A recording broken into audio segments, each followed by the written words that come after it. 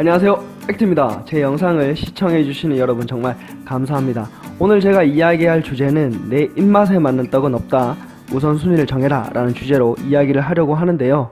결론부터 먼저 말씀을 드리자면 우리들은 늘 선택을 해야 하는 상황에 놓여있고 최선의 선택을 하기 위해서는 고려해야 할 여러 가지들 중에서 우선순위를 정해야 한다는 겁니다. 그렇게 해야만 최선의 선택을 할 수 있는데 그 이유는 모든 것을 충족시키는 선택은 드물기 때문입니다. 제 영상이 좀 궁금하신 분들은 조금만 더 봐주시면 감사하겠습니다. 제가 대학원을 다닐 때 처음으로 원룸에서 자취생활을 했었는데요. 그동안은 학교 기숙사에서 살았었습니다.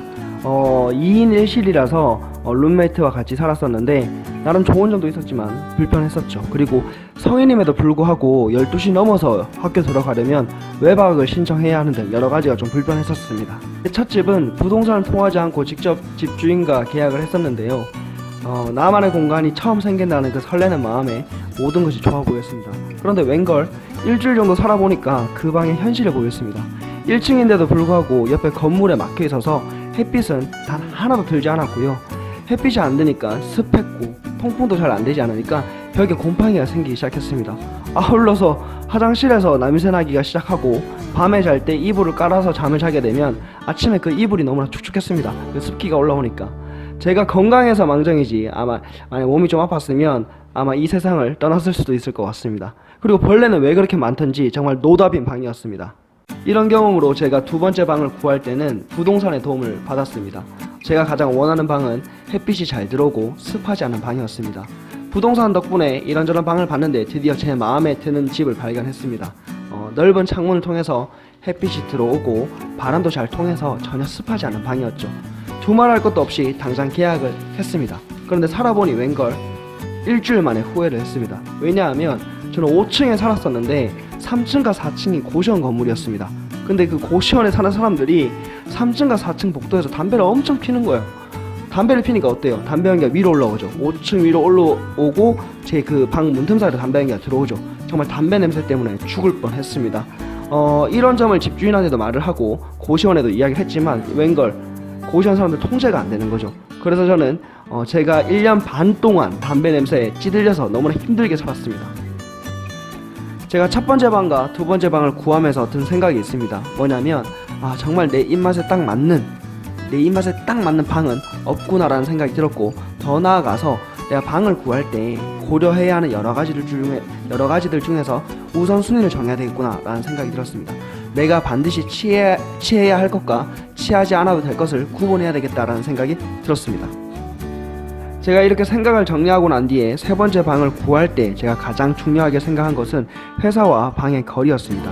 그 당시에 저는 구로 디지털 단지역 근처에 교육회사를 다녔었는데 회사와 방의 거리가 단 7분이었습니다. 정말 가까웠죠. 어차피 회사 출근해서 저녁에 퇴근해 오면 햇빛을 못 받으니까 가감하게 햇볕은 제가 포기를 했고요.